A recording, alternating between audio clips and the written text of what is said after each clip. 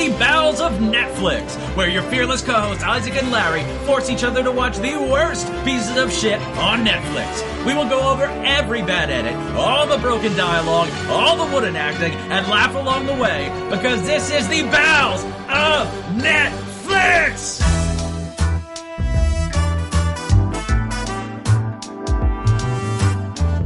Alright, welcome to the Bowels of Netflix. I'm Isaac, and with me, as always, is my fearless co-host, Mr. Larry. How are you doing this week, Larry?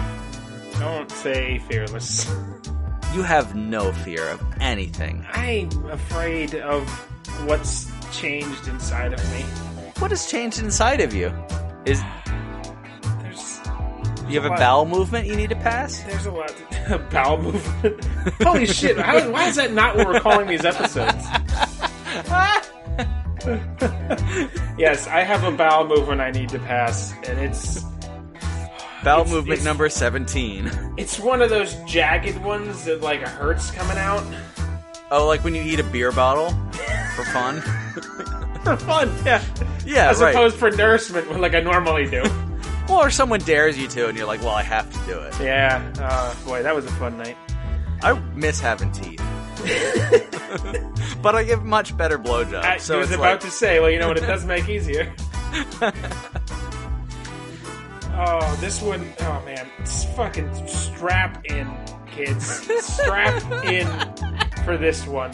Because this is, oh man. Let's, oh, okay, do the things. What?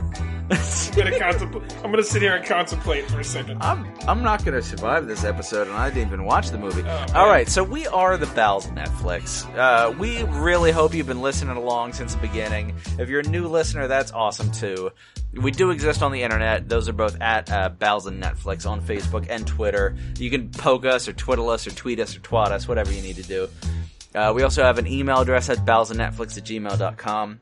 We'd really love it if you sent us in some thoughts or suggestions of movies we could subject each other to, or if you've seen any of the movies we have reviewed. We love your input, because that'd be awesome to see if you loved it, or you hated it, or anything in between. So yeah, make sure to interact with us and rate and subscribe and tell your friends. We're a small-time gig. We'd love to keep doing this and getting more listeners and all that fun stuff. And for those of you who have been listening, really, seriously, thank you very much. I'm going to be honest, I don't do much of the metric stuff, and I did not think we had listeners. Apparently there's a decent number of you listening, so... We have a chunk. Yeah. We do have a chunk. Yeah. And yeah, we're on episode 17, and like mentally, when I blocked out my time for recording Bowels of Netflix, it was in the same category as masturbation. It was like, this is just for me. yeah, no, really. This is a private moment of enjoyment. Yeah. I'm going to stroke myself for a while. And the thought of, like... Bringing another man into it? Dozens? Hundreds of people watching me masturbate? Like, I don't know. I could fill Carnegie Hall. I'm feeling invigorated. But Larry, you need what like movie? You need like a fancy French name for your solo masturbation show in Carnegie Hall. Just you in like the top of a tuxedo with the tails and no pants, just yanking your hairy bean. Hairy bean. Les jerk off petite. So.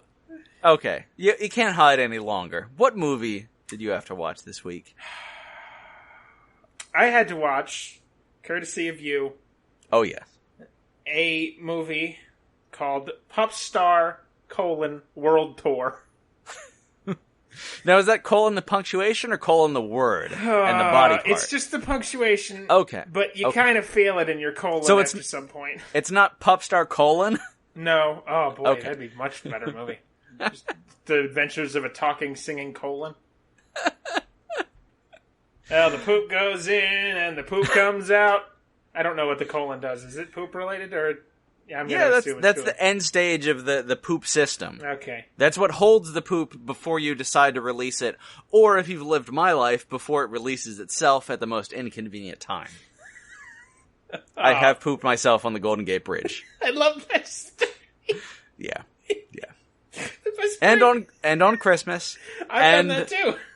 And on my grandparents' guest bedroom floor. My grandpa had to cut the square out of the carpet because it was too stained in poop to go on. Do you remember the time we were living together and you were upstairs in our apartment and I burst in downstairs and got halfway up the stairs and just moaned and this is how I remember it. I was collapsed on the stairs. I'm telling the story from your perspective because it's way funnier that way. I was collapsed on the stairs and you said, "Are you okay?" And I didn't respond and you came to the landing and you said, "Are you okay?" And I said, "I shit myself." Yeah, so the problem with that story, you make it sound like it only happened once. I shit myself more than once in that house, yes. We did live in Birdsboro. A deposit of the worst of mankind and birdseed. And the enormous junkyard, or dump. Oh, right, yeah. Just across the river. Yeah. The lovely Schuylkill River. You just open that, you open the door and you get that just whiff of dump air blowing through the whole town. Yeah, of the places we lived, one of them was adjacent by nose to a dump, and the other one was adjacent by nose to a mushroom farm, where mushrooms are grown in pig feces. It's true. Speaking of pig feces... Back to dogs. Pupstar World Tour. Oh, Pupstar World Tour, made by Airbud Entertainment. That's right, this is technically in the Airbud universe. Airbud Entertainment? That sounds like there's a company. Now, Isaac, this is going to be a long episode, I'm telling you now. And you and I have something... folks. You and I have something kind of in the works for something. If you listen to last episode, you know, we got something on the way. So I don't want to spend too much time talking about the, and I'm going to use the world's most giant air quotes here, Airbud universe. But, so yeah, we'll get into that more maybe some other time. But yeah, this is the newest movie by Airbud Entertainment. It is written, produced, and directed by Robert Vince, who has, in some way, he didn't write them all. I think he started writing the last 15. Yes, I said 15. Hold on to your butts. No. Airbud movies. He has been involved in all of them. I think he's producer on the first couple, and I think he may have directed one of the early ones. We'll save all that. Hold on to your thoughts. For myself, and maybe some of our listeners, if you ever feel awful about your life, and you question what you've done with your time on this earth, your precious, precious time on this earth, you have not been at the helm of Airbud Entertainment for 2 decades. So you're coming out ahead of the curve. He's so much richer than we are. I know! He's a millionaire! I wouldn't be surprised he wasn't a millionaire. He's got a yacht! Honestly? He's got a yacht he fucks 20-year-old women on! I wish I had a 20-year-old woman I could fuck a yacht on! Then I'd make it. Honestly, I've really thought about this. I didn't look up any of the numbers, and again, we'll get to all we're just going over the grand details here. I've really thought about this. Robert Vince is probably one of the richest men in Disney. Like, seriously, think about it. He has helmed so many movies, Isaac. They're all direct-to-video. But who cares? The franchise is insanely successful.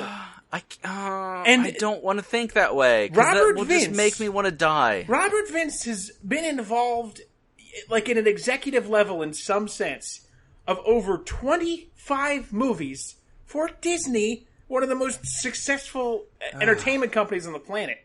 He's the second highest direct-to-video, what's the word? Service. Producer? Director? Series, that's the word. Oh, okay. On the planet. Second only to Disney Fairies, which is a bunch of Tinkerbell shit, which I don't know if they all have the same director. We'll get into that another day, too. But, so, yeah. So this movie was produced. Pupstar World Tour came to us May of this year of our Lord, 2018. It is currently just exited the birth canal. It is August 4th when we're recording this to date it. So, yeah, it's 3 months old. It's a squalling infant of a movie. Yeah. No, it's waking you up in the middle of the night to tell you. Pulp Fiction is in college now. It's true. The original Air Bud is about to leave the nest. It's 17. Or no, wait, I can't do 20. That. It's 20. Wow. Fuck. 20. 21. No, 21. Air Jesus. Bud can drink. Air Bud can die for our country. And Air Bud, the actual dog, is dead. He died for our country quite a while ago. Just want to bring that up right now. He's been dead for a long time. So, yeah. So this, again, I really don't want to get into the entire insanity that is the Air Bud franchise, the Air Bud conglomerate. But the Pup Star series is a spin-off of the original Air Bud series. And by that I mean it's a spin-off of the spin-off of the spin-off that was the Buddies series. This movie has nothing to do with the original Air Bud other than the name, the fact that it's about animals, and one very minor reference in the middle. And this Pup Star World Tour is the third of the Pup Star spin-off series.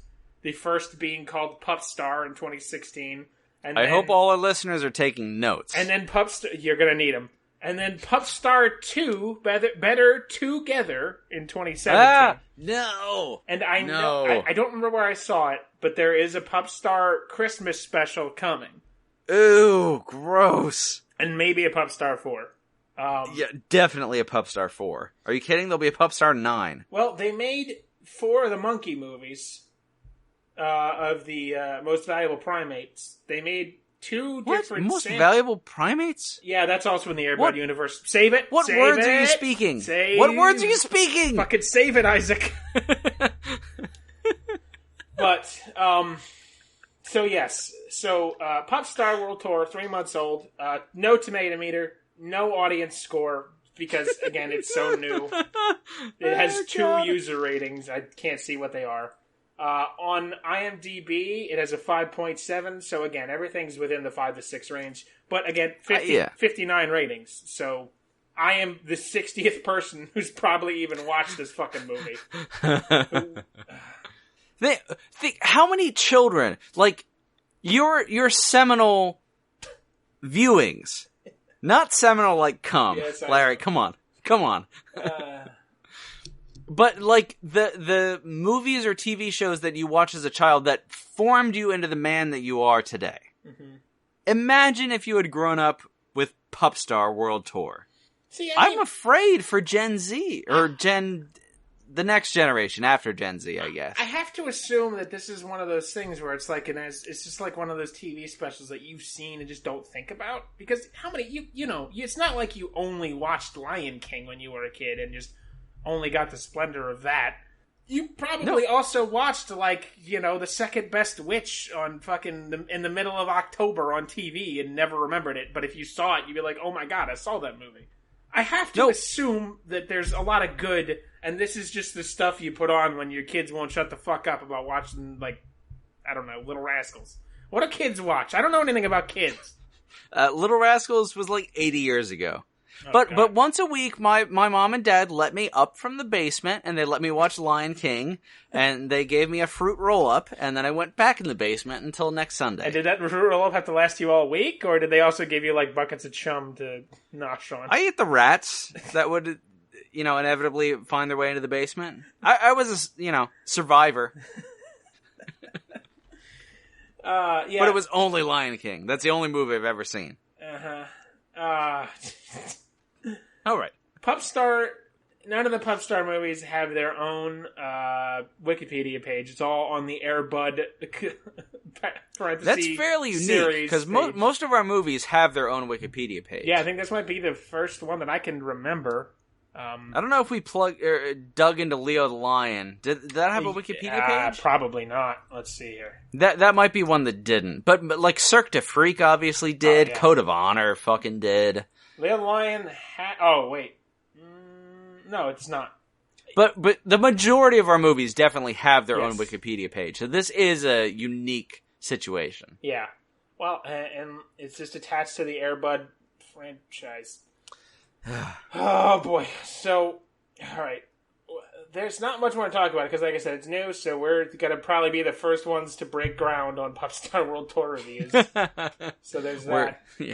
But I have a little something that I've prepared as after I watched this the first time, I was so in some kind of shock. I think I glanced something within myself that I want to rate. It's not going to be heavy like Mike Kronk's little trickery bit, but this is I need, because I want to actually read this and not be influenced. What I'm going to do is I'm going to take off my headphones so that I can't hear you, Isaac, and we're going to play a little music under it when we actually produce this. But before we get into the review, I want to read this. So if you're going to ask me any questions, I'm now not going to be able to hear you as the headphones are coming off. So very fair. Okay. All right. Sitting down to write this review seems like sitting on a cliff at the world's end, peering into the puffy clouds at the other side of eternity and saying, what if?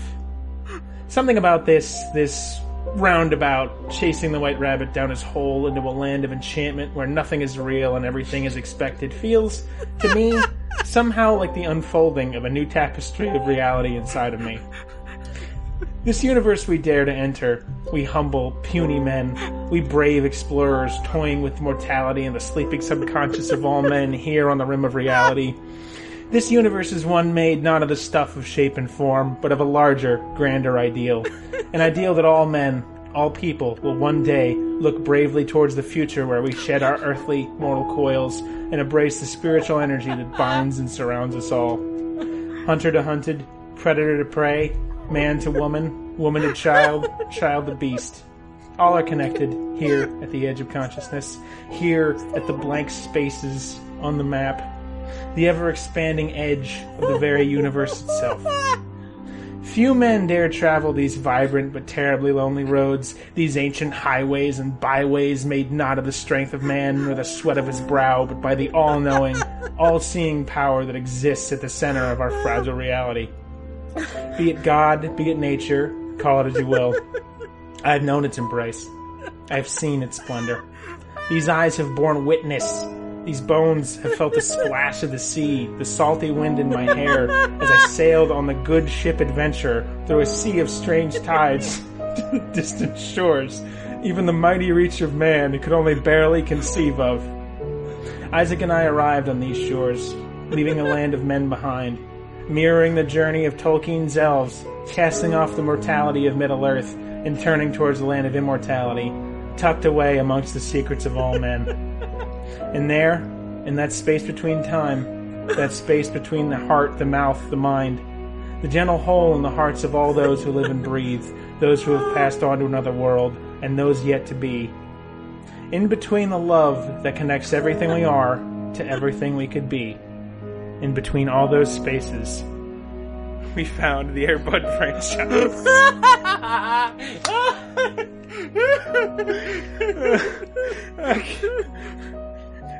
But yeah, this movie ain't got shit to do with Air Buds, so I guess none of that matters. Larry, I'm done. You fucking slag. Oh god. Oh man. Oh my god. I really think the Air Bud franchise is going to be a gold mine for us in this show in our future. Like, yeah, well, yeah, that is true. But props to you, sir. Your mastery of the written word for that segment was utterly beautiful, but also at the same time profoundly hilarious. It was like if a clown was blowing me. Like, that's what I was going for. That was in my head when I did it. It was too funny. I couldn't stop laughing, even though I was coming in your mouth with joy. Because that was like, oh man, any English professor on any campus in the United States deserves to come in your mouth. I'm saying that now. Well, thank you very much. You've earned it. That was, oh man, I just thought, like, I really thought about what I felt about the precipice that we're standing on here. It's the precipice of greatness, and I thought I have to encapsulate that somehow. You encapsulated it, and hang in there. At one point I heard you laughing so hard I had to move the microphone like down to my feet, or the headphones. I apologize. Oh no, by all means, that's what it's for. Jesus. Okay, I know despite my little fucking bit there, I really have no words to describe this movie. I mean, I guess technically it's a lot of words, hence the review, but I don't have any words to describe what the fuck you can't summarize it in a couple of words. I for the first time, I wish that I had only watched it once, that I had like started taking notes when I watched it the first time, because I don't think I was able to quite recapture the amount of like, what on actual fuck is happening. It fascinates me just how connected to the other two Pup Stars movies this is. I can't believe I'm saying this, but I almost want to go watch the first two to see how we get to this point. Yeah, because when I was sussing out movies to give to you, to be fair, I watched about the first 10 minutes of this movie, and I had to forcibly tell myself to stop for my well-being.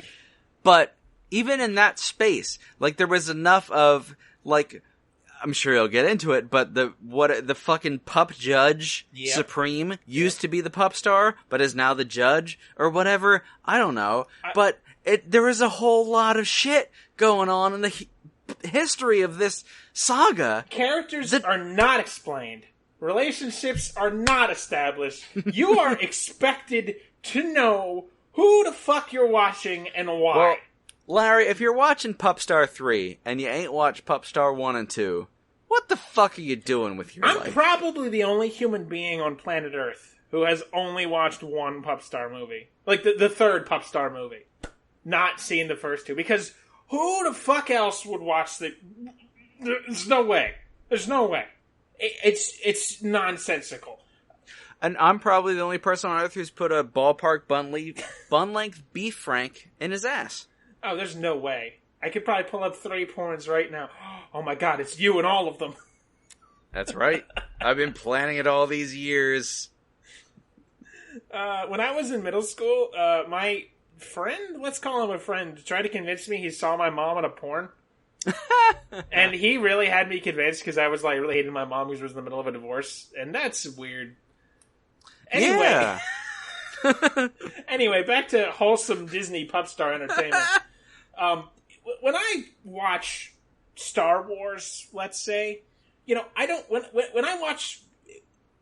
fuck. Oh, I need a cigarette. I haven't even started, and I need a cigarette that I don't smoke. Like, when you watch Star Wars, if you watch Return of the Jedi, you're expected to know what happened in the first 2 movies, right? It seems fair, because it's like a 3-act story. Yes. Lord of the Rings, all of that. You're expected to have an idea of what's going on. You know, I don't expect them to be like, oh, hey, hello, Han Solo, my smuggler turned heroic friend who's fucking my sister. Spoilers for anyone who hasn't seen those movies that are older than Isaac and I are, I think, combined. Close to it. Yeah, those they're obviously story-based. Yes. When I turned on Pup Star World Tour, I didn't expect kind of the same thing. No, really? We don't jump into, like... I mean, the action of the second movie and the first movie are resolved. However, like... So you don't open on the ice world of Hoth? No. Okay. Thank God. We don't open in Jabba's palace. I wish we did. That'd be more exciting. But, like, so it doesn't... You know, there's no, like, action that is left unresolved from the last 2 movies that needs to be resolved by the third one. But it's just... Nothing at all is any kind of explained. Like, we'll get into it, but it really caught me off guard. Like, that is Star Wars that has, like, I can watch the second of the newest Star Wars and not need to have things explained. Like, that's fair. But this is fucking Airbud Entertainment presents Pup Star World Tour. I mean, excuse me. I thought a little explanation for the 6-year-olds watching this might be in order, but I guess I'm wrong. Well, they should have fucking watched the 2 movies ahead of time. This movie... They have access to their parents' phones. They have Netflix. It's their duty to watch those movies. This movie was made knowing that it was going to be shunted into the Airbud universe like a polyp on its neck. We're off the fucking chain here, N-word. You think Buddy, the dog, the original Air Bud, looked down from heaven and blessed this movie? Do you think he gives like his dog a blessing to all the movies in the franchise that come after? Like like when Robert Vince looks up into the sky, he sees like Buddy in the clouds, like Mufasa, and Buddy gives him like a solemn, like the nod of yes, my son. That's the first step for script approval. The legacy continues. Once they write the script, they just pray, and if Buddy nods them on, then they can make the movie. Yeah, oh, poor spaghetti to go. All right, so let's not waste another second here because we've already wasted a lot. There is a lot to cover. I don't expect it to be short. So, how does Pup Star open? I'm gonna lay my cards on the table right now. I love my greyhound. And besides greyhounds, I can identify maybe 3 dog breeds that aren't greyhounds. So you're going to listen to this and think, well, that idiot has never seen a fucking dog before.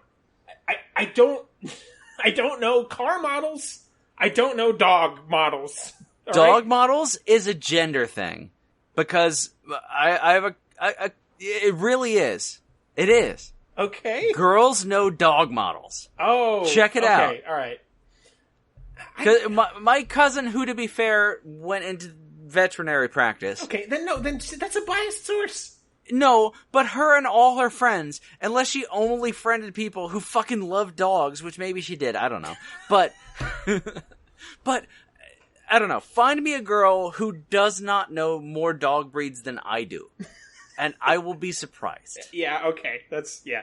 I fucking, it's gonna, if you ever watch this movie, first of all, why would you do this? Save yourself. You're gonna think that I've never seen a fucking dog before I don't know what I'm talking about, which is technically correct. I don't know what I'm talking about. Larry has seen and felt a dog before. Yes, I can only identify about 4 on sight. That's all. It just so happens on feel? that 2 of those are not actually on feel, maybe 2. Just so happens 2 of those dog breeds are not in this movie, so, what do I know? Oh, God, let's go. Alright, so movie opens with, like, a hand-drawn music video. It's fine, quality-wise, but nothing special. Again, this is Disney, so much like with Kronk, it's fine. Like, quality-wise, it's not bad, except there's a little bit of CGI that's terrible in the middle we'll talk about, but there's, like, the dog lip flaps are pretty good. Like, they look pretty natural. So it actually seems like the dialogue spoken. Yeah, no, they do a good job with that. So, yeah, I guess that tech they is have up the to power date. of Disney money on this. So, right, yeah. The sets look passable. The costumes are good. The dogs are dressed up fine. So we have no budget complaints. No, I don't know what the budget on this is. The lip flaps look good. It's fine. Quality-wise, there's nothing really to talk about, so... Yeah, like QA on a pornography from, 1995 with Jenna Jameson. The lip flaps look good. You're alright. I like my lip flaps on porn sloppy. So the song goes... this is the only backstory about the first 2 movies that we ever get. It's the first couple lines of the song. Everything was so simple. Started in the Big Apple, which is New York, for those of you who don't know. It also doesn't rhyme. Now we're all over the globe. Now we're just flying high. And that's it. The rest of the song is just meaningless drip. None of that rhymes. No. It's supposed to rhyme. Songs are supposed to rhyme. Yes. Okay. Yes. The chorus tells us that we're one pack, one voice, one world, and we're living in harmony, which... Okay, I'm coming into this completely blind, not knowing what the fuck. I'm going to try to really grasp my first time viewing of this because it's something. We see this movie on top of the music video. We get the credits, and we see the movie was written, directed, and produced by, as I said, the devil himself. Robert, quote, wait, that horse is still barely clinging to life. Get that beating stick back here. I have to buy another sapphire-studded cock ring for my monster dong that I definitely have. Vince. Kind of a long nickname, but hey, who am I to judge the man who's made every Air Bud? Every one. He has a yacht on his yacht. He found his place in life. I have not found my place in life. Robert Vince could have me killed. He has the money, power, and influence to have me killed. And he may. That's a great point. He may. After this, he may. It's a great and terrifying point. But I hope you never sleep soundly again. Which means Spaghetti probably has something over on him. Well, yeah, Spaghetti's not dead. We can't. We gotta save the Spaghetti stuff.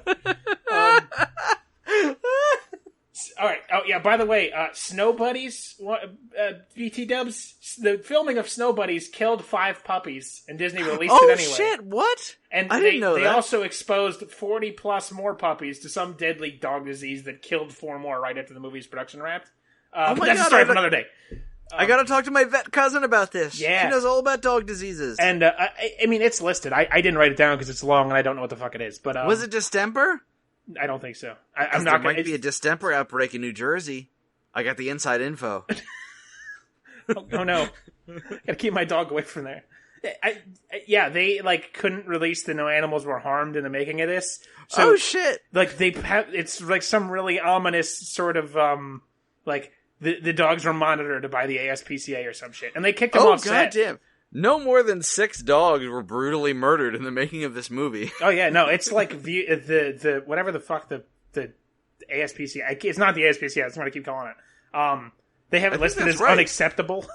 Oh god. Yeah. So, but anyway, that's Snow Buddies. Let's just so then Snow Buddies is like 2005, and since then Robert Vince has made like 14 more dog movies. Right, and that's really not an exaggeration. Snow Buddies is in the middle of the canon. Yeah, Snow Buddies is still technically the pups of Air Bud. We're off the rails now on the Air Bud actual stuff. All right, so we launch into the Jimmy Kibble show. Jimmy Kibble. Oh, by the way, the dogs in this movie talk, and the dogs in this movie sing. And the dogs in this movie are generally touted as a superior race to humans, as no human in this movie is ever shown having a higher position than any dog at any time. What? It's like the second episode of Rick and Morty, where the dogs all become intelligent, although instead of the frightening dystopian future envisioned by Dan Harmon, we got Disney dogs who fucking sing and complain about not having thumbs. Do we ever establish in this universe I know. Oh, I'm sorry. I'm sorry. I thought you were going somewhere else. The President of the United States. No idea. Who obviously has to be smarter of a dog. And then in this real world, there could in no way be a President of the United States who was stupider than a dog. I don't know anything about the President. Yeah, I might have screwed the pooch there. Don't you start with the fucking puns. Don't fucking do it. I breezed by it for a joke. Oh, Jimmy Kibble is a golden retriever in a suit. Kibble in a suit. Oh my god, I'm dying already. I blew by it as a joke, but I gotta tell you, the talking dog thing never really sank in properly for me. I kept thinking like, well, this is just a bit, right? This is a gag, and eventually it's gonna be Garfield rules, where John kind of gets the gist of what Garfield is saying, but the dogs don't actually talk. Garfield rules are best. It's not That's Garfield the way to rules. do it. It's not That's Garfield the way to rules. do it. It's just talking dogs. Okay, you know what? Fine. Alternate reality. Fine. The movie doesn't address it, so I guess just roll with it, right? Wrong. This movie doesn't address it. But do you know what does address it? Fucking Pup Star 1. There is a fucking explanation for the talking dog. There is an explanation in this kids series about Dog American Idol. There is a fucking explanation given in the series for why the dogs talk. Pull my dick out of your mouth and listen to me for a second. The dogs have a fucking reason for talking, and it's fucking evolution! What? Oh, the acid's kicking in! Explain yourself. Explain yourself, Beard. Okay. Evolution. The first movie explains that dogs evolved to talk. And it may or may not be from dog treats introduced by man in order to control and facilitate said evolution, but that's neither here nor there. That is here nor there. That here and there. That is both here and there. Larry, I don't come know. back to here and there. I don't know. I need to know. Okay, No. All right. Look, Larry. I'm not finished. Ugh. I'm not going to talk about the other two movies anymore. I'm going to have an aneurysm. I watched the first couple minutes of the first Pup Star for one reason. because the movie tagline said something along the lines of, introducing a world where dogs can not only talk, they can sing. And the wording of that made me suspicious. If you have a movie where dogs can talk and sing, it's no big thing, right? Whatever. Fine, it's Disney. I can live with that. There's fucking Pocahontas as a raccoon friend. Nothing surprises me. Yeah, okay, sure. It's dumb, but it's a kid's movie, fine. The fact that Robert, quote, I am a godly man who believes in Jesus, but maybe he made the monkeys become more sophisticated thinking machines like I am, Vince, he had to find a way to explain the universe. And that wording, that it was introducing a world where, I thought to myself, I bet there's a fucking explanation. They wouldn't word it that way in the movie's taglines unless they were gonna fucking tell me where the talking dogs came from, because this is technically in the Air Bud universe. In this universe of Pupstar, Air Bud, I think, happened. Except I think it's also a movie, as we'll see later. Wait, what? I subjected myself to 7 minutes of the first Pupstar to get the explanation that dogs used to be regular dogs, but then just developed into human brains and dog bodies, basically? Because they show, like, a kid, like, in the first Pupstar, it's an episode of Pupstar, which we'll get to in a second, and, like, the host says, just like man's best friend evolved to talk, and they show a clip of, like, a little kid throwing a ball at a dog, and he's like, get it! Saskatchewan! That's my dog's name, Saskatchewan! And, the dog, like, brings in the ball and starts barking, and the barking morphs into words. And he's like, hey, the ball! Throw me the ball, Jimmy! And he's like, Saskatchewan, you can talk! Holy shit! Yeah, I can talk! Throw me the ball! And from there, now I don't know if the first movie gives us more vignettes like that, because I watched like 2 minutes afterwards to see if they would continue. From there, we get to fucking Puppy American Idol. No. That's a path I will not go down with you. Audience that I didn't even know we had. I did this for you. I watched another Pupstar, part of one, because I needed to know to give you the straight dope. I'm sorry for yelling about evolution. I blowed out my voice already. But I was in such shock. It was like, you know the old screensaver on old 90s computers with the stars, like you were going through space? I swear to God, I was clutching the armrest of my couch, and I was seeing that because I was just in a world of being... My opening little monologue was really only partially a fabrication. Oh, really, Larry. really on the edge of something. How have you survived this long? It's been rough. Okay. All right. So, back to the movie at hand. Jimmy Kibble is talking to the judges of Pupstar. What is Pupstar, you ask? How the fuck should I know? You're going on the same journey I had to go through here, so fucking strap in. Jimmy introduces our main character dog as the newest Pupstar judge, a Yorkie, Yorkshire Terrier, one of the actual dogs that a family member of mine has owned, so I know this one, by the name of... Tiny. Our main character is Tiny. She's tiny, and her name is Tiny. She is adorable. She is a lady dog, or identifies as such anyway. You're welcome. She's beloved by the crowd of mostly humans. The two have typical late-night show banter. As part of this, Tiny says she is the former Pupstar champion. What's Pupstar? I don't know. She says she stepped away to become a judge. Jimmy says Tiny is quite the pup, and then says, "What's next? Bark's back?" And then we cut to dog prison. So in dog prison, a human man in a ridiculous uniform, shows some kind of government lady around, showing off the different aspects of the prison. One of the emotional reconditioning activities in the prison is to show sad movie clips to the prison dogs to get them more in touch with their feelings or some shit. The movie they are currently showing to the crying dogs is, guess. Sad Dogs, Old Yeller? Air Bud. What, really? They are showing a sad scene from Air Bud. I forgot about that. I am not sure if it's clever. I saw that. I blacked it out. Okay, well, the scene they're showing is the scene in every movie that ever had a dog in it, which is, get away, boy, I don't want you anymore. Which, it's in every... But the only reason... Because I haven't fucking seen Air Bud since I was, 9. The only reason I knew it's Air Bud is because one of the dogs goes, don't believe him, Air Bud, it's a ruse, which I thought was kind of cute. But then that... Because I think this... I know you guys can't see me, but I'm, adjusting my glass... I feel like Bernie Sanders. My hands are going. I'm adjusting my glasses. I keep having to fix my headphones. I think this movie exists in the Air Bud universe. I think Air Bud happened in real life, but I think it's also a movie. I don't fucking know. The pieces don't fit. I need to get Robert Vince in my van to ask him questions.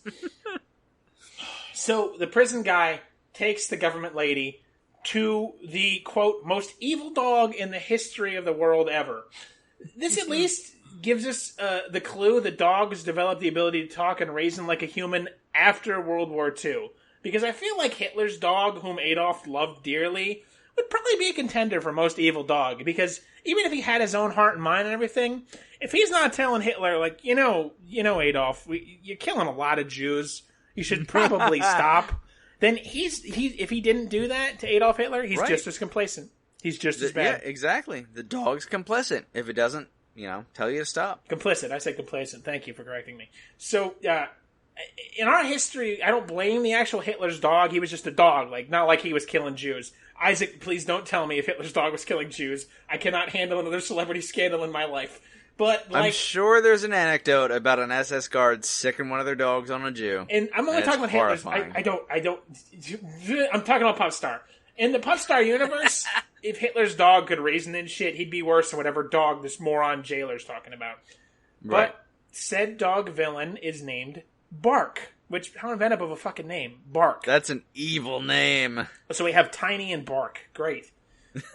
The jailer mentions the government lady probably recognizes Bark from TV's Pup Star. What is Pup Star, you ask? Search me. What is Pup Star? Search me. So, Bark was a villain in previous movies? Sure, whatever, I can roll with that. When I sit down and watch an episode of Inspector Gadget without ever having seen it, in 35 seconds I can tell that Dr. Claw is a villain that Gadget is to constantly thwart. Kids, Inspector Gadget was a cartoon in the early 90s where a bumbling guy had a bunch of gadgets in his body and he stopped an evil man named Dr. Claw. Back in the day where you had to jerk off to Sears underwear catalogs. I've jerked off to National Geographic. It's very shameful what we've had to jerk off to. And it's such a cornucopia now. That feels really problematic. I bet, a lot of people would have issue with that. I mean, because... I don't know. That's 5 different... Let's just move on. Okay. We'll get into Larry's masturbation corner another week. So, yeah, Bark equals villain, fine. The jailer asks Bark who the most talented and cutest pup star of all time is. I thought Pup Star was a show. Okay, whatever. When Bark growls, the jailer shocks him with a shock collar, and Bark meekly says, "Tiny! It's Tiny! She's amazing and everybody loves her!" Okay, so he's Tiny's villain. Again, fine, I can work with this. Again, I like I said before, I'm seeing this after a second watching of this movie. The first time, my jaw was so agape that what the actual fuck am I watching, Isaac? That I didn't have a clue what was going on because I was trying to wrap my head around everything I had just seen up to this point. After getting over the initial shock, though, this is classic kids movie stuff. I don't need to know what Bark did other than the fact that he doesn't like Tiny and he was on Pup Star. Still don't know what Pup Star is, but yeah, it's fine. And it's also here that I have to specify that the jailer warden is a human and government lady is a human. Bark is one of those kind of larger, poofier dogs. I don't know the breed, but he's one of the better dog actors in the movie. He has kind of better tricks than most of the others, and he does look kind of villainous. These fucking dogs are cute as shit, man. You can evaluate the dog actors. No, I mean, yeah, no. That's how far you've gone down the rabbit hole. When we get to Julio knows his shit, man. Julio is a good dog actor. Larry, I gotta smack you back into sense. No, because, it's... they're all incredibly well-trained dogs. You can really tell... Most of the time, they're... Yeah, Tom Cruise. they're looking at their marks. They do like little tricks sometimes. They go where they're supposed to go. It's fine. Like, I have no real complaints. I mean, you're getting a dog to act in a movie, so, the best you can ask for is competence. You're not going to get... Because they actually, in fairness, only use CGI in, like, 2 occasions. Maybe 3. And it's really obvious CGI. Like, it's stuff a dog couldn't do, like, clearly. And most of the time, it's just dog stuff, which they don't do anything particularly special, but watching dogs, like, press buttons and, like, tap stuff is adorable, and I fucking love it. So that part of it, to me, is fine. Fair enough. So the warden shocks Bark into submission, and the government lady is led away. After she leaves, a dog prison guard with an eye patch by the name of Cano, who he says the show's over, and they let out all the prisoners. Cano is the best character in this movie. He's like Bark's villainous number 2. I don't know what kind of dog he is. I'm sorry, I'm terrible with dogs. I didn't look it up. There's no Wikipedia page, so I'm out of luck. He's the villainous number 2 character is pretty much my universally favorite character in most media. Like the loyal baddie with the iron will who, like, as soon as shit hits the fan, he's out of there. But up until that point, he's like the most gung-ho. I love that trope. So anyway, yeah, we see that it was all a ruse, and Bark is actually in control of the warden, who we learn is named Roland. Bark makes Roland put on the collar and then shocks Roland just because he can. Because he's evil. They turn on the TV to watch the Jimmy Kibble interview, where we see 3 other dogs on the couch next to Tiny. So, okay. Like I said, I want to take you on the journey of what the fuck I had to suffer through since I came into this movie completely blind. I thought we would get at least 1 dog shooting hoops, but instead I get this horse shit. So Jimmy Kibble says he has a surprise for the other 3 dogs on the couch. I do not know these dogs. One is an English bulldog, one is a little Jamaican dog of a breed I don't know, which is voiced by Ziggy Marley, which we'll get to later. And a big white, I don't know, maybe it's a poodle, big white, floofy, I don't know dogs. Pekingese? I don't know dogs. You're not helping. You could say that Peking duck. Great Dane. It was a Vulva. Peking duck. It was a labia. The labia is a type of dog, right? So we're treated to a montage of the family members of all these dogs. The poodle has a stereotypical New Jersey mother, which is hilarious to me because people who live in New Jersey are morons and they have stupid hair and they wear red shirts and just look at me all dumb and moronic. But that's not related to anything in particular. Hey, what are you talking about? What are you talking about? She's like, I'm look at my little dog. She's on TV. And this woman dog is always in a hairstyle salon. He's like, oh, you're embarrassed of your mother now. You're being very rude to me and my people. I'm here trying to eat some gabagoo, and you're coming here slapping it in my face. The best Unbelievable. Part of Sopranos is him saying Capicola, gabagoo. Gabagoo! I didn't know that was the word for capicola in Jersey until I moved here. Oh, but everyone says it. Oh my god, gabagoo! It's the best. I fucking love it. The English Bulldog has, I guess, an older English Bulldog grandfather drinking in an English pub, and the Jamaican one has 3 kids, which they're all 3 little Jamaican dogs with Rastafarian hats. All the Jamaican dogs have Rastafarian hats to identify that they're from Jamaica. Because, the other thing is blunts, and I don't think they're going to put that in a kid's movie for 6-year-olds. They damn well should. Yeah. So I don't know what the fuck's going on. I don't know who these dogs are, except they're part of Popstar. Because life isn't confusing enough already, so great. It's great. Every character in this scene is a dog. I can't keep saying it, because there's human characters, too. Tiny's family, for example, are in the audience, and they are all humans. There's a dad who is named Dad, a fat Spanish nanny who is named Fat Spanish Nanny, a stereotypically gay manager of Tiny named Shep, yes, Shep, and the little girl, we're going to call her Sister, because I don't understand, who goes by the name of Sister. That's her Christian name. What? And because there is no God and reality is a screaming void, a giant clock upon which we throw ourselves upon the gears of which to stop its unholy and ruinous machinations, 2 more characters are introduced on screen, both of them dogs. They are P.U.P., a male rapper, and Scrappy, a typical New Jersey girl rapper. P.U.P. is like some kind of middling, it looks like a West Highland Terrier, but bigger. And Scrappy is another Yorkshire Terrier. Scrappy, is very, like, hardcore New Jersey. Think WWE's Carmella, if any of you follow wrestling. The Princess of Staten Island. And again, I don't know who the fuck these characters are! And why they're on screen, and why there's 500 of them. So, apparently, Scrappy is the new Pup Star champion, by the way. What does that mean? I don't know. Do you? No, you don't, you fucking puke. Back at the prison, Bark is planning some new kind of scheme in order to get one over on the Pup Star gang. And let's take a second. Everything is a dog pun. I'm not going to mention them. If there's a song being sung, it's about dogs. It's about paws. It's about tails, bones. Everything is a dog pun. Everything. I'm shaking in my boots. No, I'm shaking in my paws. What's up? What's not even a pun. What's shaking, sister? My tail is shaking. I'm just all it is. No, that's awful. It's all it is, just constantly. I'm not going into it. So Pup Star, which I still don't know what it is going around the globe.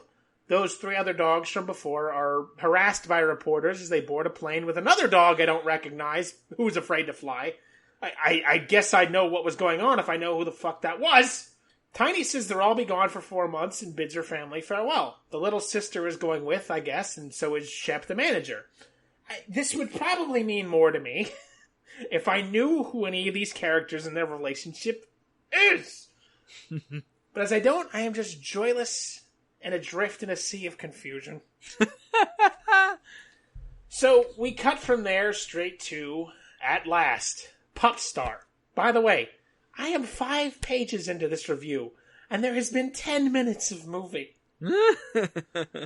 So drop your acid tabs now.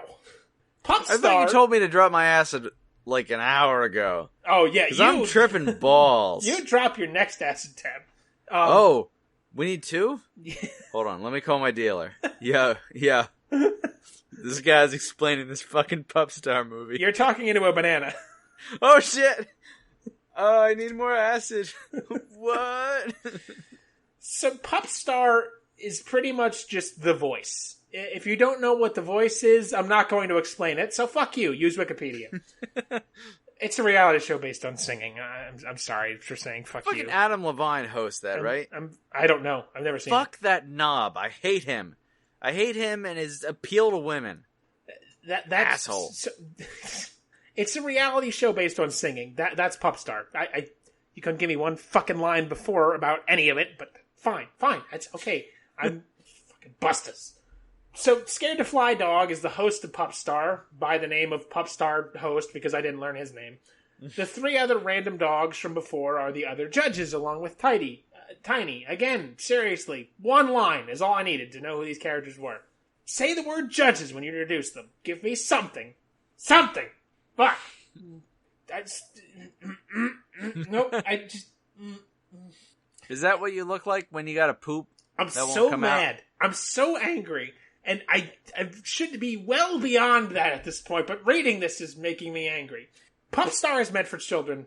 Children aren't going to remember the myriad sea of complexities and relationships between Pup Star competitors. Unless they do, in which case, may God strike me down! Ha, bitch. He didn't. So let's try to clear things up. The judges are our main character, Tiny the Yorkie, the English Bulldog with the name of Simon Growl, making fun of famed American Idol judge Simon Cowell, famous for being a harsh critic, Lady Paw Paw, the Princess of Camden, New Jersey, and Ziggy Marley, the Jamaican one. I don't know the actual character's name, but it's fucking Ziggy Marley. If you want to know who Ziggy Marley is, he is the son of Bob Marley, and probably the most famous for doing the theme song to the show Arthur. Yes, kids? The show... Really? The show about Arthur the Aardvark with the meme y'all like with his fist. It has a Rasta theme song, which I had forgotten about until I heard it again, and I was like, oh my god, my childhood just came streaming back. Yeah, it's done by the son of Bob Marley. Oh, and Bob Marley, Rastafarian music god, yes. Is more associated with marijuana than Snoop Dogg. Yes, astonishing. For anyone who's under the age of 40? How old are we? We're getting there. Oh god. Ziggy Marley is like he's a lot. He does a lot of kids entertainment stuff. He was also in Shark Tale. is what I remember. Or Oh, okay. he was one of the Jamaican jellyfish bodyguards. I saw that movie a lot when I was a kid. But he Was he one of the Rasta Hat monkeys from Leah the Lion? No, they couldn't get him. That's a $1 million question. I mean, he was in this. He does a lot of kid stuff, but seriously, like, you need to go listen to the fucking Arthur theme song and just remember. No, I've rejected Arthur. I was too old. It was too goody two shoes. I wanted me some Ren and Stimpy. I wanted, like, horror. I was too old as well, but, like, I had a little sister who's, well, I have. She's 7 years younger than I am. So there was a period of time where she would watch kid shows, and because I'm a kid at heart, I would watch them with her. And, it wouldn't be my first choice, but, like, I enjoyed what I would see. It'd be, like, a fun bonding experience for her and I. We watched, like, SpongeBob together and stuff. So it's not something I grew up with, like, learning morality from, but it is something I have memories of, like, hanging out with my sister and doing. So I don't mind it in that regard. I just had... the only reason I bring it up is because it happened last night. I had a conversation with my in-laws, mother-in-law, father-in-law, grandmother-in-law, where they were like, "Oh, remember the Arthur TV show?" They actually brought it up because that's what my wife Kate used to watch. She's a few years younger than me, and I was like, "No, I'm sorry, I didn't really watch Arthur. I was a little bit older at that point. I was watching Ren and Stimpy, Rocko's Modern Life, and jerking off to Sears underwear catalogs." You did not say that. Not exactly. Yeah, so I've seen a lot of kid shows from, like, the early 2000s era, just because I would watch with my sister.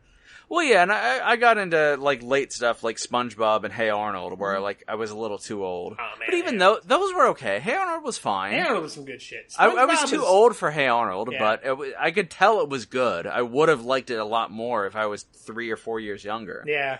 But fuck Arthur. Arthur was bullshit. Arthur is for, like, 10-year-olds. It's like it's for fucking 5-year-olds. No, it's Hey not. Arnold's for 10-year-olds. No, it's not. Hey Arnold's for, like... Fuck Arthur. Fuck Arthur. I hate Arthur. Maybe it's 8-year-olds. I hate Arthur. Look, Arthur, I don't remember it being a good show, but it's got a kickin' theme song. I'll have to go listen to that. I want to play it. I want to play the theme song under this, but I know we can't. Hey, we can play, like, 25 seconds, right? I don't know legality-wise, but... Okay, I'll tell you what. If you go to YouTube, type in the search bar, Arthur theme song, and you may or may not get something we might be talking about. Yeah, alright, fine. I'm fucking... We just went off on a tangent. There's so much Pup Star to talk about. What have we done? Oh, Pup Star. World Tour. Simon Cowell. Arthur. Simon Masturbation. Simon Growl. Simon Growl. Bob Marley. What? What is happening? So Pup Star is looking for new singing talent to compete against the current champion, Scrappy, the rapping dog from earlier. Here, at least, I can blow through a lot of stuff pretty quickly.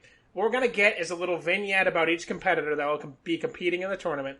The idea is, if you impress the Pup Star judges, they vote on you to be on their team, and the judges will coach you to become a champion, I think. So the next, 20 minutes of the movie, they go to India, China, Africa, not a country, just Africa, Pup Star Africa, and Mexico, with each judge picking up a competitor to be on their team. There's so much. There's so much stuff. There's so much stuff here. It's so dense. I'm trying to pick out bits and pieces to present, because I feel like I could easily write a 25-page review of this movie. Easily. I am not being funny. Every scene you could pick to death, because it just never stops. Do you remember at VNS, the establishment we may have worked in, the triple chocolate cake? Yes. That was dense. One forkful of that and you felt guilty. Uh-huh. What's more dense? Pup Star World Tour or triple chocolate cake? Pup Star World Tour. Good Lord, Larry. It's one forkful would make me feel like the worst person in the world. There's just so much that raises more questions. The singing, the dancing, the costumes. Dancing? How do they do the dancing? Is it green screen? Is it CGI? No, it's just dog. I mean, they're dogs. They're doing steps and easy dog tricks, except for the one. But those don't look good. The extras dancing. The dog acting, the weird costume changes, the costume changes of Shep and Little Sister, the never-ending torrent of the senses happening at all times. So we're going to go through the bullet points of the next 20 minutes. I'm losing my shit already. Step 1. Pup star cast goes to new country. Singer comes out to sing. Song is middling at best, sometimes has an okay beat. Step 2. One of the judges is impressed. They take the dog under their wing. Step 3. Meanwhile, Roland and Cano, which are Bork's human and dog subordinates respectively, kidnap the family members of one of the judges that we saw earlier on the Jimmy Kimmel Show. Step 4. We get a scene with either Tiny talking to her family or the rapper, P.U.P., interacting with the Chihuahua girl who wants him to be his manager and maybe fuck her? Not sure. Forget it. Step 5, start over from step 1. So that's the next 25 minutes of the movie. There's 4 new fucking characters, 5, including the Chihuahua girl and her subordinates. That would make 7, but her subordinates don't matter. Who get added? We get an Indian competitor, an African competitor, a Chinese competitor, and a Mexican competitor. First 3, they don't fucking matter at all. Just window dressing on the plot with a billion fucking characters already. Only the Spanish competitor matters, who ends up being Tiny's pick. We'll get to him shortly. So, one thing to note here is that in one of these scenes in the middle of step 4, we get implied that this rapper dog, P.U.P., and Tiny, it's implied that they're fucking. The Disney version of fucking, which means quote-unquote a couple. It's not heavily implied, but like the Chihuahua girl surreptitiously blocks a call from Tiny to P.U.P. while he's doing recording studio stuff, because he like runs a studio. This Chihuahua girl is just kind of here, wants him to be her like rap manager, just slumming around. Who the fuck is she? Who the fuck is P.U.P.? He's not part of Pup Star. What do I care about him? I'm here to see Pup Star. So when he doesn't answer the phone, Tiny assumes he's busy. Also, later, he slams her head in the door and she has to tell everybody she fell down the stairs, but oh, no, sorry, fever dream. That's a fever dream. The Chinese competitor is a little Pomeranian who they show in her backstory is chasing ducks around, which is like the cutest fucking thing I've ever seen in my life. It's a little tiny dog who's chasing around ducks. It's so adorable. I love it. I absolutely love it. Fair enough. So anywho, our Spanish competitor, who is Tiny's ultimate pick for Pup Star, is a telenovela actor named Julio, who, in a strange backstory, is all loved by the Tiny's family nurse / nanny / maid. I don't know what her position is. They call her a nanny, but she acts as a maid. I'm not sure what kind of dog Julio is, but he's utterly precious. Like, he's a tiny little white dog with a little like brown spot over his eye. It's such a handsome little dog. It's really adorable. Before he goes out to sing, we see Bark, Cano, and Roland arrive via helicopter to the show in Mexico. They conspire with Julio to villainously re-enter the Pup Star competition. So, this is Bark's plan, right? Step 1. Julio enters Pup Star based off of his telenovela fame. Step 2. The evil Bark will pipe in his own voice as Julio, as Julio, and Julio will lip sync and gyrate his way about the stage while Bark does the actual singing, because Bark apparently is a talented singer, and he is. Step 3, question mark, question mark, question mark, question mark. Step 4, profit, but with even more question marks behind it, like a bunch more. I don't understand this plan. Oh God. And it works. Julio, with Bark's voice, manages to bamboozle Tiny and get picked to be on her team, her competitor. So Julio's presentation is slightly different compared to all the other dogs in this movie. As far as I can tell, except for one other scene, he's the only dog that gets CGI'd at certain points. As during his song and backstory, he dances around on 2 legs in a CGI way and plays a tiny little adorable dog guitar. The actual dog actor can stand up and like do tricks with his paws and is probably the most talented dog actor in the movie. Like I said, the dog acting's generally pretty good, but he really blows it out of the park. Like he's good stuff. He's no Air Bud, but he's not bad. But the CGI parts, utter shit. If you go onto IMDb, they actually have one of the scenes where he's like standing up and doing like spins and stuff, and you can tell like, oh, it's fucking bad. It's really terrible. The CGI budget went up the nose of Robert. These dog coffins ain't gonna buy themselves, Maria, you bitch, Vince. because it's ridiculously noticeable when the CGI kicks in. Like, you can't help but see it. Oh, God. So part of the plan of Bark is for Julio to seduce Tiny. Julio's character is also that of an overbearing blowhard. He thinks himself the better of everyone involved in the entire movie. He does seem legitimately afraid of Bark, though, and Kano, because Kano's like the muscle of the Bark crew. Kano has an eye patch, by the way. Do you know who any of these characters are? No, I don't. I really don't. I believe you're not being funny. I really do. I'm really sorry. I'm trying. I'm trying, but it's in one ear out the other. That's try to write this all down without losing your mind. Julio kind of weasels his way into staying with Tiny at her house in Chicago while they train to sing more, whatever. And so the dog has a house. Well, the family is all humans. Okay. So all of these famous dogs have human families. No, just Tiny. No. Okay. So Tiny is the main character. She's a Yorkie. She has a young human sister. They live with the dad and the maid, the fat Spanish maid, which I'm only pointing out her nationality because it's a plot point. Dios mío. And then they're stereotypically gay manager Shep, which is not a plot point, but because it's Disney, I feel like I have to mention it because this is 2018. This came out 3 months ago. Ooh, it's a little problematic. Maybe I'm just seeing. Maybe I'm the problematic one, but I feel like, come on, man. Stereotypes, avoid them. Yeah. To get through you properly, to get the form of a detailed review, I have to explain everything. Because otherwise, it'd just be me shouting into the ether. I have to make you understand. There's no way you could actually grasp it all. There's just so much. I'm cutting out so fucking much. Because it's happening all the time. Characters in and out, storylines carried over from other movies. Just too much. The romance story with PUP and Tiny that keeps meandering in and out of the plot, there's no point. There's just no fucking point. We see that PUP doesn't think much of Julio as he is I don't care. But I have to care because it's a plot point. It influences the plot, so I have to explain it. So, PUP is talking about Julio and Tiny, and he's like, oh, that Julio... We'll get to PUP's acting in a bit. They're all dogs! This is all dogs, by the way, not humans.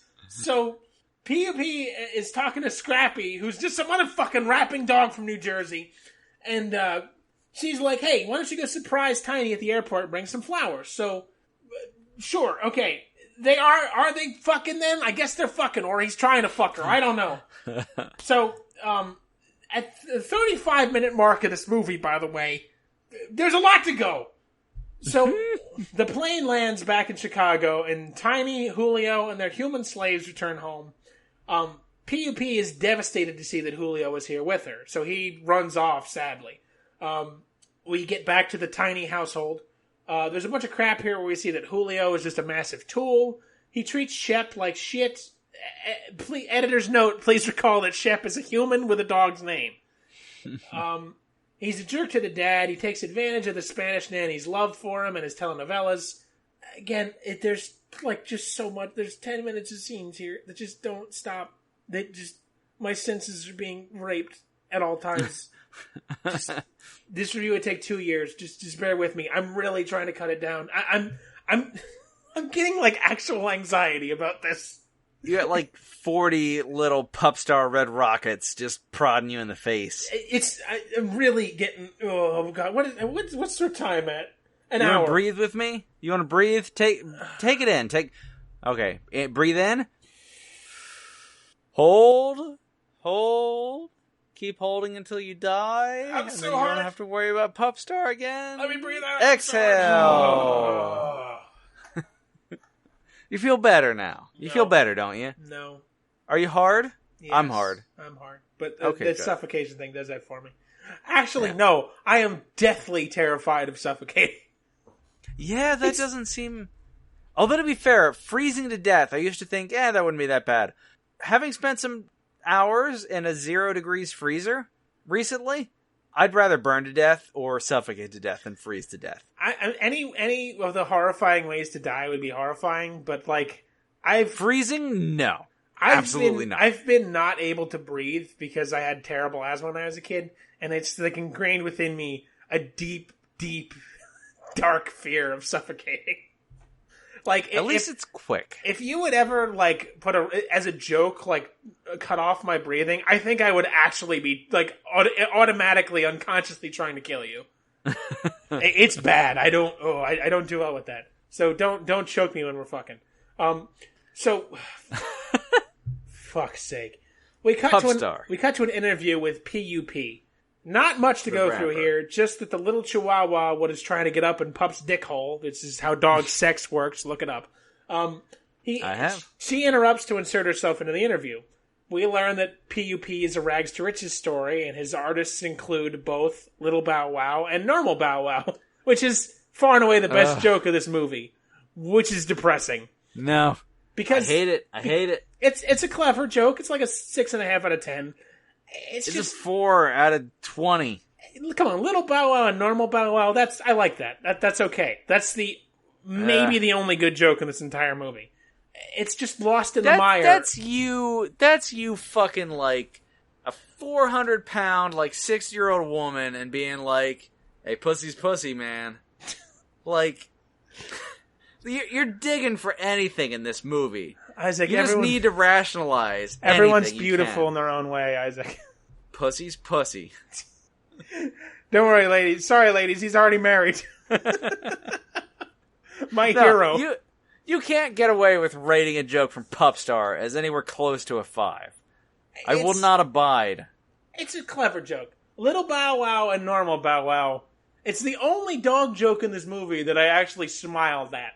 But maybe might have Stockholm Syndrome as well. So I think so. Look, don't cry for me, Argentina. So little sister walks in on Julio taking a shower and hears him singing terribly. She records it on video and then promptly tells no one. And no, I'm not being short here. The entire length of this scene, sister walks in the bathroom, hears terrible singing, shoots video, leaves. 15 seconds. It's the first string to unravel the complicated quilt that is Bark's plot, and she does fucking nothing. You little human twat! Pull your head out of your ass and put the pieces together. So, in the night, Cano and Roland show up in a truck. Roland is dressed like a burglar. We see his license plate, which is a New York license plate, says Roland. R-O-L space L-A-N-D. And we see that the truck actually has a New York registration sticker in the window. Now, this scene is supposedly happening at the Tiny household, which is in Chicago. A fun fact here, the registration sticker in the window is for New York base. Now, what base means is that if you're licensing a commercial vehicle that's under 26,000 pounds, it gets a base license plate, which means it is allowed to go to any part of the state different, but if it has to be licensed within the jurisdiction in which the truck spends more than 50% of its time, which means that the sticker in this truck means that truck is currently licensed in New York because I looked at the expiration date, and it was current for the filming of this movie, and also that's a vanity plate, which adds even more to it when you leave the state, because basically this is just what I do for a living, and I spent 5 minutes trying to figure this out in any attempt to not have to watch any more of this fucking movie. So your professional life coincided with Pupstar World Tour. Yes, meaning that this sounds was like not a nightmare. This was not filmed in Chicago. I got you, Robert. You tried to tell me this was Chicago, but you're in New York. That is a New York truck. You got him by the balls. Aha! Stop the presses. Larry Beard, New York-based license plate detective. Oh, shit. That's going to be on the New York Times front page tomorrow. The look Pupstar World Tour is a lie. I watched The Punisher with my ex-girlfriend, which takes place in New York, the show on Netflix. And the look on her face after I went on about license plates for like 5 minutes was the look of someone who was like desperately looking for the exit of a building on fire, but trying to hide it to stay strong for other people trapped in the fire. So, yeah, sorry about that, Felicia. I like my job, but it's the most boring topic in existence. I can sympathize because my wife works with international students at a university somewhere in the country that I won't disclose. And every once in a while, she'll just get into the weeds of, like, oh yeah, this is the form that you have to fill out if you're doing this, or if you're doing that, or if you're doing whatever. And at a certain point I'm like, we're like 9 forms deep. I don't give a shit. I don't understand. If you want to talk about forms, let me tell you, I'm currently actually trying to get the company we license software from to auto-populate an MV82 form. I've got like 3 different management level teams on that bit, but that's... So you're like 9 license plates deep. Oh, 9. That's a slow day for me. It's the most boring topic in existence, besides, like, small cap growth stocks. It's just the worst. Let me tell you about stock and meat at a grocery store, because I have a philosophy degree. You have a degree, I don't! So, Kano and Roland sneak into Tiny's house and instruct Julio, instead of just, like, calling him on the phone, because that'd be fucking sensible. And this is a Disney villain plot, so it has to be ridiculous. Kano and Roland tell Julio he has to get steamy tabloid pictures of him kissing Tiny. He tries to weasel out of it, but Kano threatens him and he caves. The next day, Tiny isn't happy that in all the time Julio has been living here, the two of them haven't practiced singing together one time.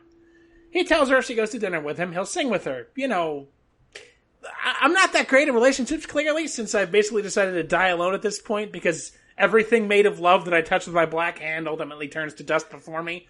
Larry, you're only 41. Don't worry. I feel like if you're in a relationship and haven't talked to your significant other in literal weeks, as well as shacking up in the same house with a sexy Mexican dog who's obviously trying to put the moves on you, maybe you don't fucking share a fancy dinner with him, yes? Stop describing my life and my marriage. Assuming you and your wife didn't live together, and you guys were still just dating, if Jane from Breaking Bad started sleeping in your guest bedroom because you guys are writing the script for Perfect Sisters 4 together, and you go to fancy dinner with her, don't you think that Kate might be rightfully pretty pissed off about it and devastated? Again, stop describing my life. It wouldn't also be, in that time period, you just haven't called her or talked to her on the phone or gone to see her? Yeah, that's just how fucking... This is why I don't like romance stories, okay? Yeah, they're all Star 3. It's just, it's all misunderstanding stories. Have a romance story. All romance stories is just misunderstanding stereotypes with no depth. The good story, the easy story to write is the chase of romance, because anybody can do that. Fucking the monkeys can do that. Most writers, once they get their characters together, just don't know what the fuck to do with them. Except you introduce another lover, you make some kind of colossal misunderstanding, or you kill one. That's it. That's what a hack does, and that's why everyone's a hack but me. So he's not wrong. He's not wrong. The family maid is cleaning up Julio's shit. Not his actual shit, just his stuff. And she finds a visitor's badge to dog prison. Now, let's talk about the absurdity of that. Julio went into Bark's prison to strike a deal with Bark about this whole thing happening, and they issued him a visitor's badge. Bark is an international dog reality star criminal, but he gave him a visitor's badge. And this fucking bitch finds it on the ground and just like, see, I'm going to make the motion on camera, but she kind of like shakes her shoulders and goes, ooh, and just puts it on. She puts it on. She doesn't even read it. Why? I don't understand anything. At this point, when I paused it to write down my notes, it was exactly halfway through the movie. We got to start picking up the pace. So, good Jesus. Tiny and Julio are at a fancy Spanish restaurant with, for some reason, Shep is there. Julio wants Shep to take pictures of them for his Instagram account. Get it, Isaac? Do you get the joke? But Shep says it's a lifetime ban from using social media at this place. Julio tells him, improvise. Tiny, being our fearless protagonist, says nothing and just lets Julio shit all over her manslave. Sorry, manservant. No, I actually think I meant manslave. Bark and Kano are also sitting here at a romantic table, trying to feed Julio lines while Roland is dressed as a mariachi guy playing a guitar. I have to admit here, dogs sitting at tables is cute as fuck. It's adorable. And the idea of the villain dogs in a romantic restaurant together, like pretending to be spies, is so cute. that I think I'm going to go, like, full pumpkin spice white girl. They're so fucking adorable. Sitting at a table, Larry, they got menus. And come on. They're just, like, doing evil schemes. It's so cute. I love dogs. I used to be a cat person, and I got a dog, and now I think dogs are just precious. I love dogs, too, but this does not win me over. Look at the puppies! No. They're doing evil schemes at a restaurant. It's adorable. No, it's not. It's horrifying. Also, Bark is the most famous and evil dog in the world, but just like in public. With a headset. Like 2 tables away from Tiny. So the night progresses. Bark keeps feeding lines to Julio, and they comedically misunderstand. Julio's trying to get Tiny into the old doggy sack, but all she cares about is Pup Star.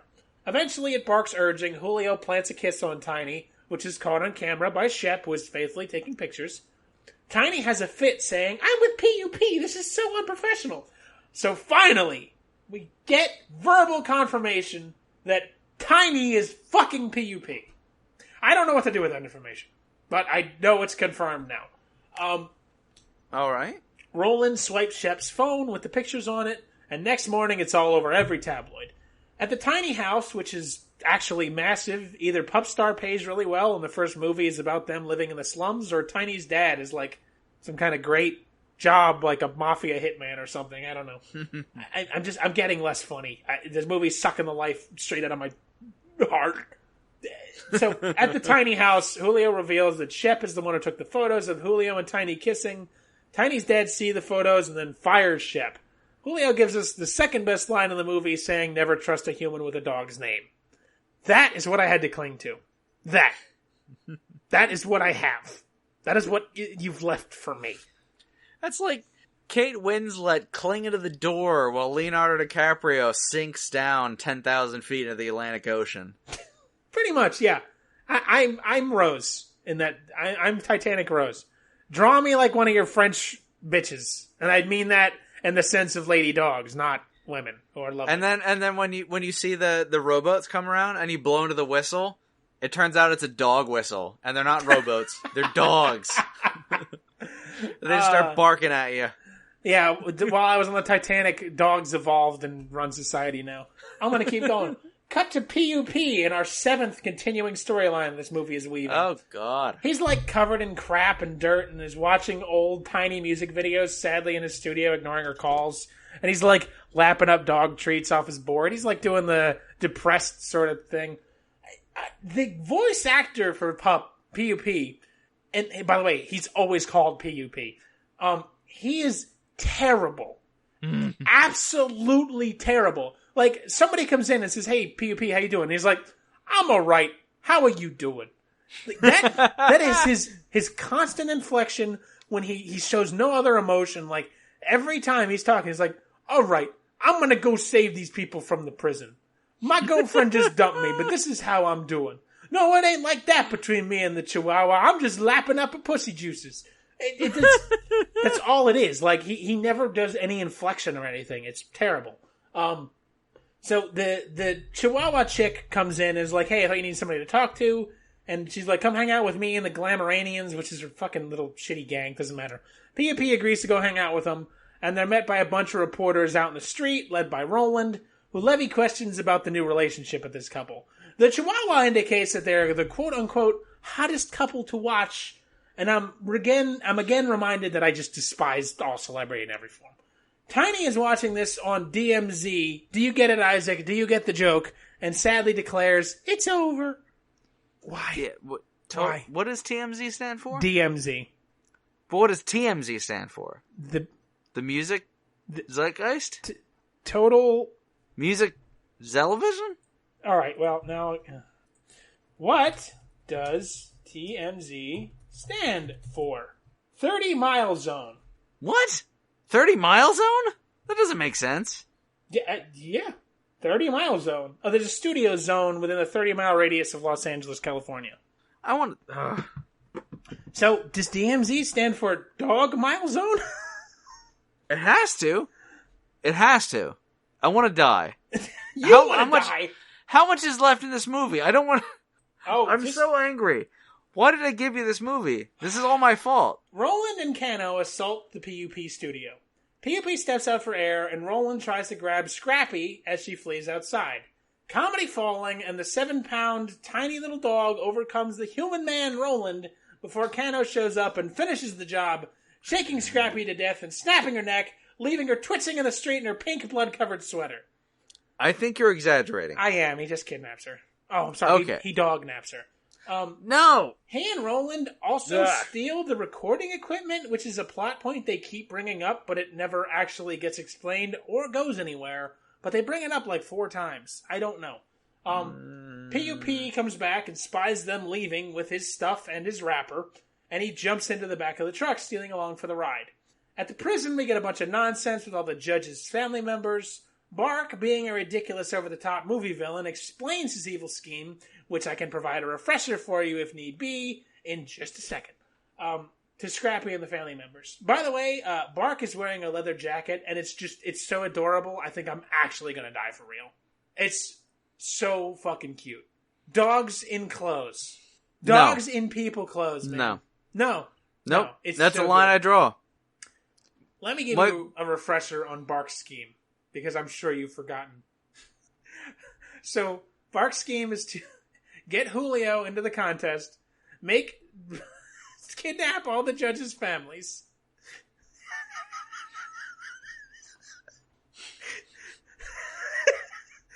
pipe in his own voice over top of Julio's to win the competition, even though he's already kidnapped the family. Yo, wait, when did any of this happen? I don't remember any of this. And then, so they're all going to vote for Julio to be the winner. And then he's going to control Julio and control Pup Star again, because apparently he did before. Oh, man. Oh, God. So okay. So, we all on board? No. So, while Bark is explaining this, we see that P.U.P. has snuck in, dressed as a prison guard. He's still wearing his gigantic necklace that says P.U.P. At the Pup Star dress rehearsal, Tiny and Julio are practicing their routine. Shep is backstage and accidentally pulls out the cord that is feeding Bark into the arena, so Tiny and the rest hear Julio's terrible singing voice. Shep sees Kano fixing the cord. Apparently he knows who Kano is. They've crossed paths before, I guess. And while following the one-eyed dog, he gets caught by the villains. The Tiny family goes over everything suspicious that's been happening. Julio in the shower, his flub on stage, the badge that the maid is still wearing for some fucking reason that nobody questioned until now. So Tiny's human dad and human maid are going to the prison disguised poorly as government auditors. Meanwhile, Pup strolls in. There's a nonsense scene here that I'm going to breeze over where P.U.P. fools the guards into letting him and Scrappy have a rap battle. And this rap battle is so magnificent that everyone in the prison turns on Bark and is now good guys. No. Larry, stop with these lies. I will not let you lie to me anymore. There's so much more I could go into here. There's so much bad movie to talk about. I'm skipping over it because I love you. I do this for you. This is an abusive relationship. You guys... This is like... I only gave you 1 black eye because I love you. I could have given you 7 because you deserved them. You guys know how much I like to talk about details in movies. It's causing me actual pain to just do what I'm getting. There is so much more. This review ended up being 12 pages. I could have written 25. I'm not kidding. Larry, you need to write your treatise, your magnum opus on this movie. The script for this movie is longer than War and Peace. It's so much stuff. Robert Vince has really perfected the dog Art movie. of Evil? Well, yeah, I think he perfected that from the original Air Bud. But there's just so much fucking stuff.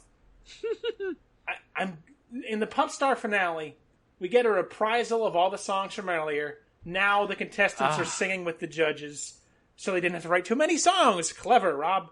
Back at the prison, blah, blah, blah. Tiny's dad and maid overcome Roland and reveal who they are.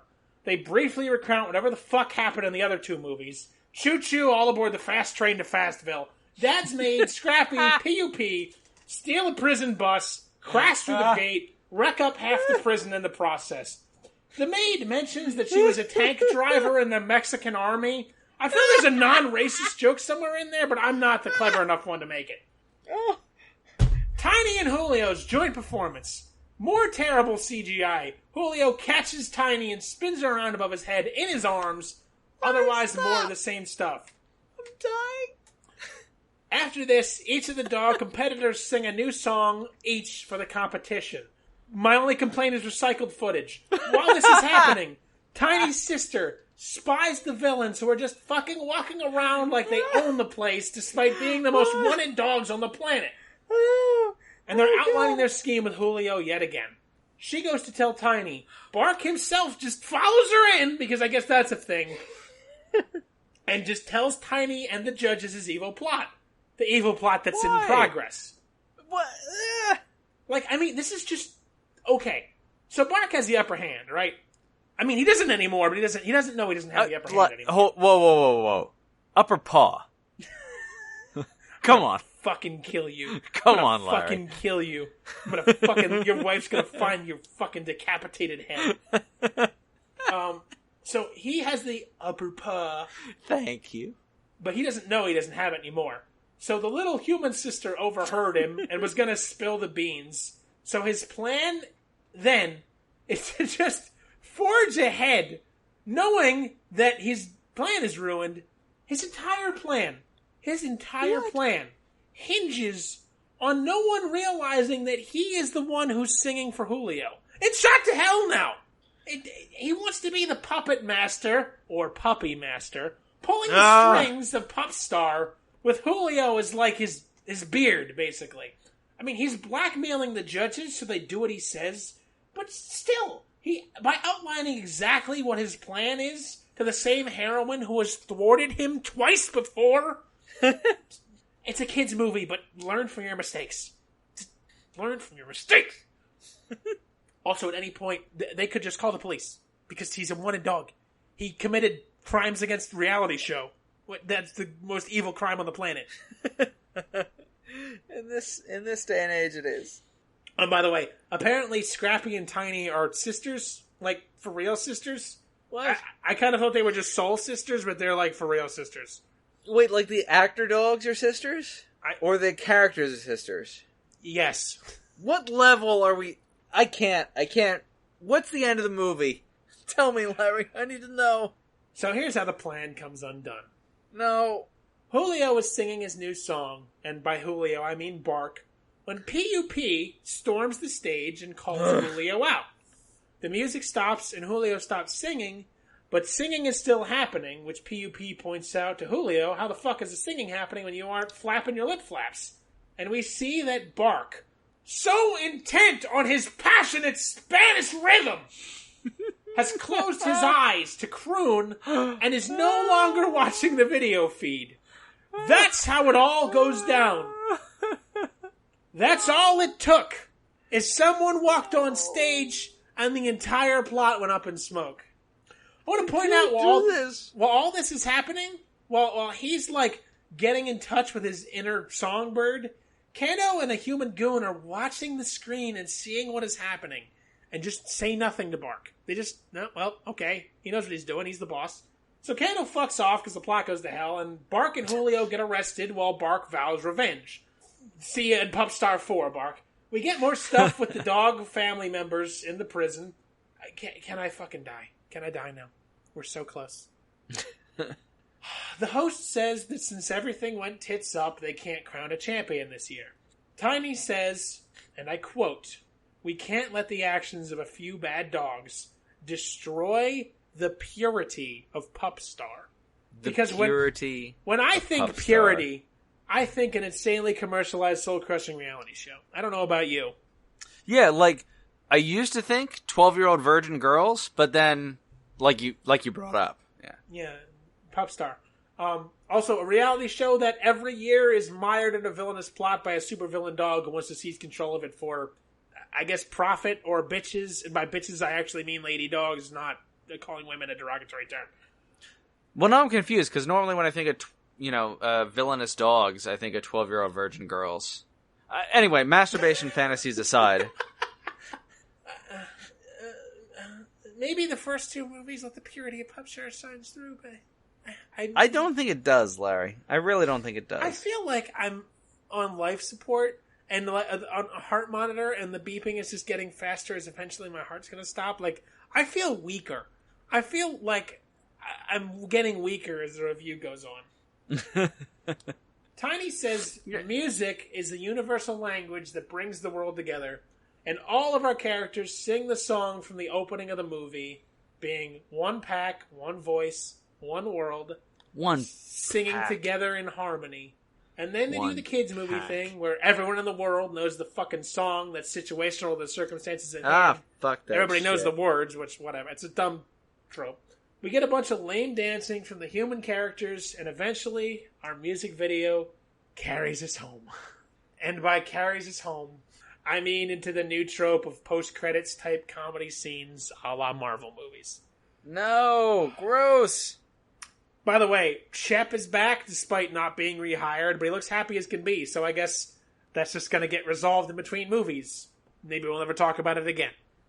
We'll talk about it again. You know, whoever shows... We're coming back to Pupstar. You know who never shows back up again? The Chihuahua girl, who was trying to get up in Pup's dick. So I guess he just raped her and killed her and took her home. As a rapper does. Was she part of Bark's scheme or just some random gold digger? Because she never shows up again. He killed her. PUP killed her. Follow the money. Well, go check out fucking Drake's house. He's got a mass grave in the backyard. Is it full of lady humans or dog humans? Or dog lady dogs? Little column A, little column B. It's Drake, after all. I want this movie out of my head. Good luck. I give this movie a... All right. Yeah, what's the beard ranking? So, closing thoughts. Kind of like Kronk's New Groove. Technically, for children 6 and under, it's fine.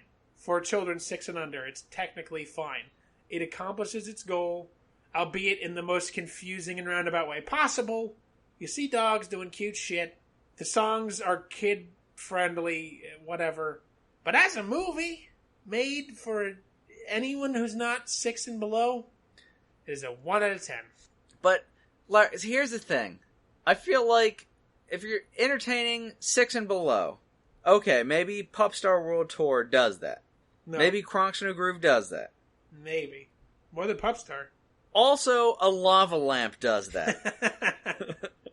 A handful of live Beatles will do that. Exactly. Or just, hot sauce on the eyeballs. That'll entertain them for a while. In trying to be critically fair, it's technically... Because it's a movie for children. It's not designed for adults to get any enjoyment out of it whatsoever, except for the normal Bow Wow critical analysis of the plot. Yeah, yeah, but comparing it as a movie to other movies, it's a 1 out of 10. It's awful. It's horrendous. But it seems like I feel like on sometime in the next couple of years, I'll probably have kids.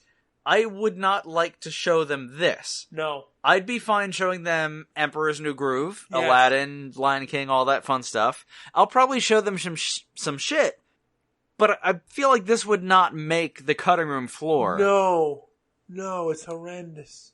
So even when I'm out of my mind, I don't want to be a parent, I just want to murder myself and my family so I can get out of this situation. I don't think I'm putting on Pupstar World Tour. You'd be a fool. I think murder is the preferable choice. It's the only choice. Yeah, at that point. I can't believe you made it through it. Twice. I watched it twice. You're pressing your fingers into your eyes so hard, you're into the third knuckle. I'm worried about your eyesight. I really feel like the life's been sucked out of me. I feel like I need to take a nap. It's so much. There's so much there's so much more I could have talked about, too. I don't understand. How did it come to this? This all started because a man named Spaghetti DeCoco threw a basketball at a dog he found in the woods. And because of that fateful day, I am here suffering for you. That's it. This is very true. That's it. And he found that dog in the woods when you were but a suckling babe. Yeah. Because I think he found him in 91. And now I'm 27. And here we are. The precipice of everything. What was the one line I was really proud of from that paragraph? Let me go back up. Was it like the highways and byways of human machinations or something? Oh, yeah, that was a good one. You had a lot of lines you ought to be proud of. Okay. All right. Well, let's. I'm really excited. I have to move on from Pupstar now. We'll get back to the wild and wacky world of Air Bud, I assure you. But oh boy, the now, legend of Spaghetti DeCoco. It's coming, baby. It's gonna be awesome. For now, I'm on to something I'm really excited about. I've really been looking forward to this, Isaac. What have we got to look forward to next week? What did dear old Uncle Beard put you through next week? Unky Beard shoved his week-long unwashed cock down my throat with the B movie. Starring Jerry Seinfeld as a bee, literally a bee, in the movie called The Bee Movie. Get it? You get it? And Renee Zellweger is fucking him, and maybe really fucking him, but she's a human, he's a bee, and... You think when they fuck, he just goes up to her clit and punches it like a speed bag? God, that'd be so hot, actually. I gotta try that method. I stole that joke. But... Not about bees. Yeah. But all the plants die. The bees fly a plane. No, I don't want any of it. It's the worst. Bee Movie is really popular in the meme world for them, you kids out there. And I feel like a lot of people have not actually seen it. A lot of people like it more than they should. It's because it's a joke. It's got to be because of the jokes. No. It's decently reviewed. Like, critics, when they reviewed it in 2007, were like, oh yeah, this is fine. It's not great. It's not Toy Story. No, it's not. But it's fine. No, it's not. No, it's not. It's not fine at all. It's really bad. It's real. I've seen a bunch of fine movies. I mean, it's bad in a way that's fascinating. Yes. It's not fine at all. No.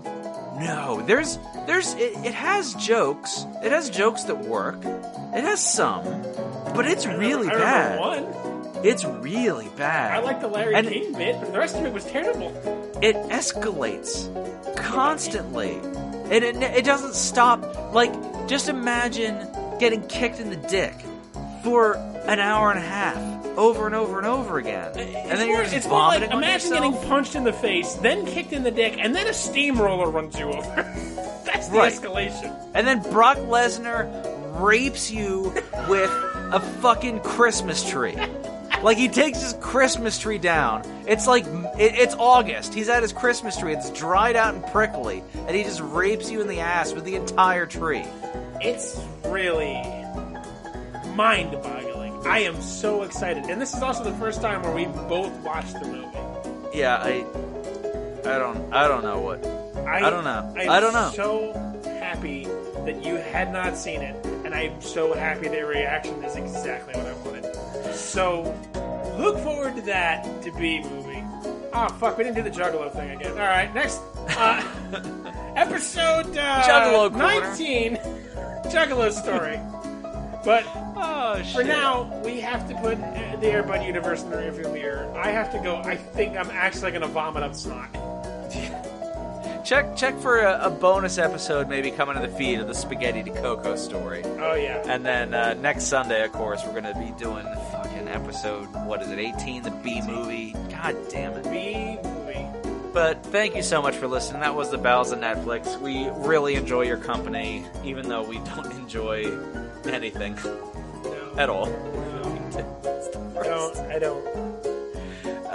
Poke more us pup and stars. twiddle us and twat us and tweet us at Balza Netflix on the Facebook and on the Twitter. We do have email address that's balzanetflix@gmail.com. If you've seen any of these movies, we'd love to hear your take on how much you hated them or possibly how much you loved them and you think we're crazy for some reason. That'd be interesting to hear. And if you have any suggestions of other terrible movies that might be on Netflix, that'd be cool to get too. And make sure to rate us and subscribe. And if you have any people who are listening to podcasts, just give a suggestion. Hey, maybe check these guys out. Pals on Netflix. They're fucking crazy and stupid and out of their minds. All dogs and no plot make Larry crazy. And shout out to Kevin MacLeod from Incompetech.com, where he got all our music and a little splash of extra music, I think, earlier in the episode too. So, Oh, yeah. but yeah, and you got a creative project and you want a little get up and go in there, check out Incompetech.com. I'm sure you can find something that would be useful to you. So it's pretty cool. He lets you do it for free as long as you give him credit. And make sure to stay tuned next week. Next Sunday, we'll be back with the B movie. But for this week, that is it. So Thank the fucking Lord. try to stay alive until Sorry next I Sunday. yelled at you. Except you, Isaac. You can fuck my dick. I will. Goodbye. Good luck. We'll see you next week. See you later.